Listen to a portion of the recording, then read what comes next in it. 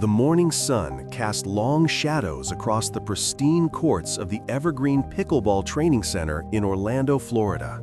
It was one of the most elite facilities in the country, boasting 12 championship courts, a state-of-the-art gym, and a players' lounge that rivaled any professional sports complex. The center had recently been renovated with a massive investment from an anonymous sponsor, and the staff took immense pride in maintaining its exclusive reputation. Into this gleaming facility walked a young woman. She was 17 years old, dressed simply in athletic shorts and a plain gray hoodie, her hair pulled back in a ponytail. She carried a worn paddle bag over her shoulder and walked with quiet confidence toward the front desk. The receptionist barely looked up from her phone. When she finally did, her eyes swept over the girl's modest appearance and a dismissive expression crossed her face.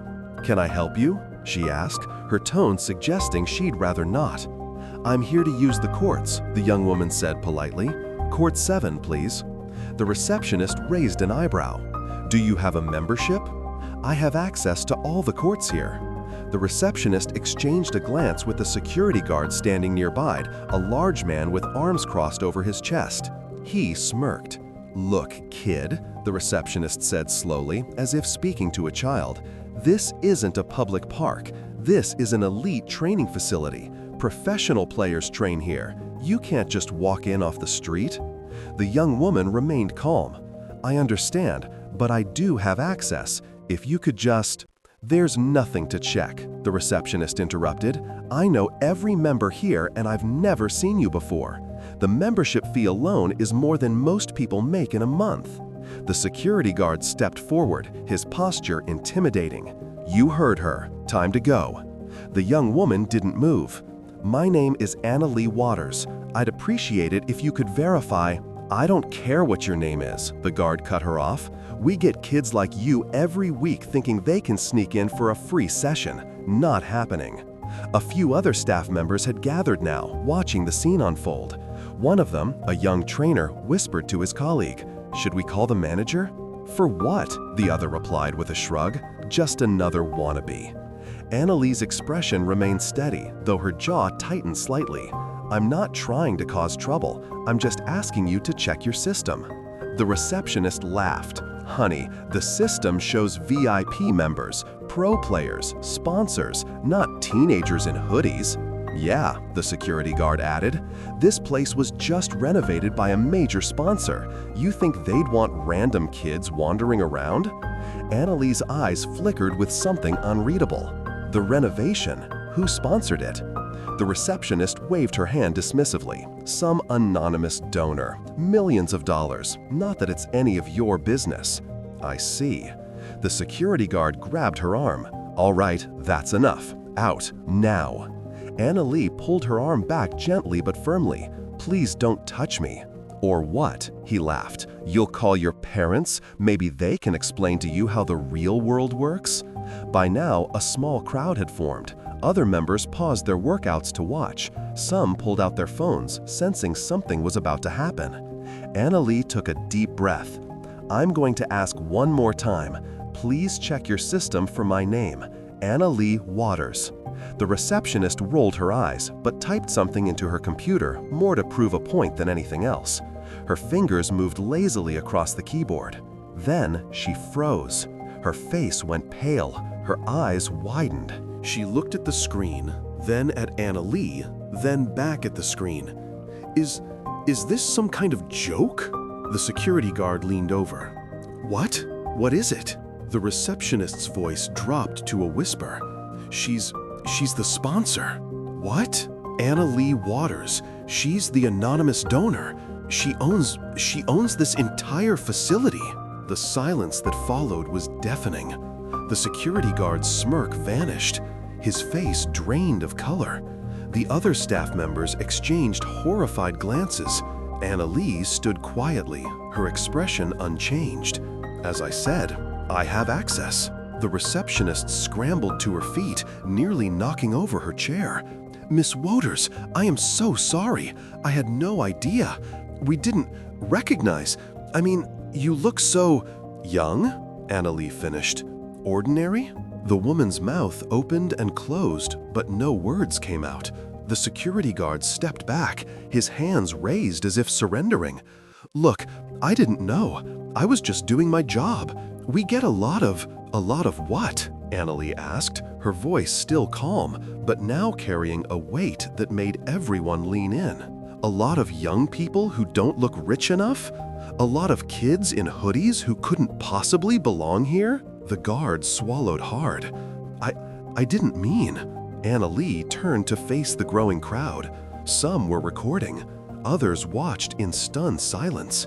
"I'm 17 years old," she said, her voice clear and steady. "I've been playing pickleball since I was 7. I've won more professional titles than I can count. I've represented my country in international competitions. And 3 months ago, I invested my earnings into this facility because I believe in this sport and the people who play it." She paused, letting her words sink in. "But today, I was told I don't belong here. Not because of my skill, not because of my achievements, but because of how I look, because I'm young, because I wore a hoodie instead of designer clothes." The receptionist's eyes were glistening with tears. "Miss Waters, please, I'm so sorry." Annalee looked at her, then at the security guard. "Tell me something. If I had walked in here wearing expensive clothes with a camera crew behind me, would you have asked me to leave?" Neither of them could answer. "That's what I thought." A manager burst through the back doors, his face red with panic. He had clearly been alerted to the situation. "Miss Waters, I just heard. I cannot apologize enough. This is completely unacceptable behavior from our staff." Annalee raised a hand. "I don't want apologies directed only at me." The manager paused, confused. "I'm sorry? How many other people have been turned away from this facility? How many young players with dreams were told they didn't belong? How many were judged by their appearance before they ever had a chance to prove themselves?" The manager opened his mouth to respond, but nothing came out. Annalee continued. "I sponsored this facility to give opportunities to players who might not otherwise have access. Junior programs, scholarships, training for kids who can't afford expensive clubs. But if the staff here treats those kids the way they treated me today, then what's the point?" The crowd murmured in agreement. Someone clapped, then another. Soon, a ripple of applause spread through the facility. The security guard looked like he wanted to disappear. The receptionist had tears streaming down her face. Annalee turned back to the manager. "I want a full review of how this facility treats its visitors. Every single one. Not just the ones who look like they belong." The manager nodded vigorously. "Absolutely, you have my word. And these two," she gestured toward the receptionist and the guard, "they need to understand something." She walked toward them, her footsteps echoing in the now silent facility. "Respect isn't something you give to people based on how they dress or how old they are. Respect is the minimum every human being deserves." The security guard's voice cracked. "I'm sorry, I truly am. I have a daughter about your age. If someone treated her like I treated you—" He couldn't finish the sentence. Annalee studied him for a moment, then nodded slowly. "Then remember this moment the next time a young person walks through those doors. Remember how it felt to be wrong." She turned to the receptionist. "And you, I hope you never judge another person by their appearance again. The next teenager in a hoodie might be the next champion, or they might just be a kid who loves this sport. Either way, they deserve kindness." The receptionist wiped her eyes. "I will, I promise." Annalee picked up her paddle bag and slung it over her shoulder. "Now, if you'll excuse me, I have some training to do." She walked toward Court 7, the crowd parting for her like a wave. As she passed, people whispered words of admiration. "That's incredible. She's only 17. That's real class." An older player, a former professional, approached her near the court. "Miss Waters, that was one of the most powerful things I've ever witnessed. You could have had them fired on the spot." Annalee smiled faintly. "Firing them wouldn't teach them anything. But maybe this will. Maybe the next time someone walks in here looking like they don't belong, they'll think twice before making assumptions. The older player nodded with deep respect. You're wise beyond your years. My mom taught me that, Anna-Leigh replied. She always said, the way you treat people who can't do anything for you says everything about who you are. She stepped onto court 7, bounced a ball twice, and began her warm-up.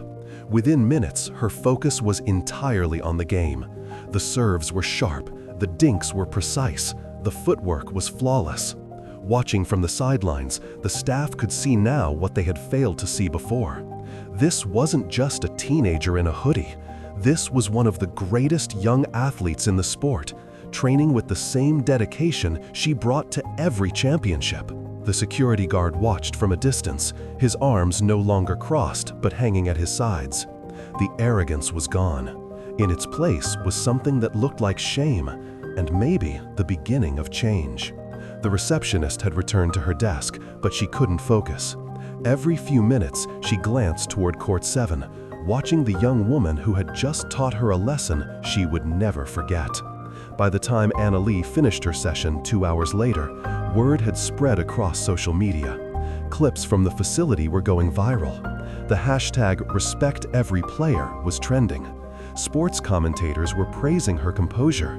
Parents were sharing the story with their children. As she walked toward the exit, the manager rushed to meet her. Miss Waters, I've already begun the review you requested. We're implementing new training for all staff. Sensitivity training, customer service overhaul, everything. Anna-Leigh nodded. Good, but don't do it for me. Do it because it's right. Of course. She paused at the door and turned back one final time. The entire facility seemed to hold its breath. One more thing, she said. That junior scholarship program I mentioned, I want it expanded. Every kid who wants to learn this sport should have a chance, no matter what they look like, no matter where they come from. The manager's eyes glistened. It will be done. Anna-Leigh pushed open the door and stepped into the sunlight. Her mom, Leigh Waters, was waiting in the parking lot, leaning against their car. How was training? Leigh asked. Anna-Leigh smiled. Eventful. I saw the videos. They're everywhere. Already? Leigh laughed. Baby, you just taught an entire facility a lesson in 30 minutes. The internet moves fast. Anna-Leigh climbed into the car, tossing her paddle bag in the back. I didn't do it for the attention. I know, Leigh said softly. That's exactly why it matters. As they drove away, Anna-Leigh looked back at the facility one last time. The building was beautiful, gleaming in the Florida sun. But now, she hoped, it would be known for more than its courts and equipment. It would be known for treating every player with dignity. That evening, Anna-Leigh posted a simple message on her social media. Today I was reminded that respect has no dress code. Age doesn't determine worth, and kindness costs nothing. To every young athlete out there, don't let anyone make you feel like you don't belong. Your dream is valid. Your passion is enough. Keep playing. Keep fighting, keep believing. The post received millions of likes within hours. But for Anna-Leigh, the numbers didn't matter. What mattered was the message, and the hope that somewhere, a young player in a hoodie would read those words and feel seen. Because champions aren't defined by their clothes, they're defined by their character. And at 17 years old, Anna-Leigh Waters had proven she was a champion in every sense of the word. If this story inspired you, type respect in the comments and subscribe for more stories about athletes who lead with heart, not ego.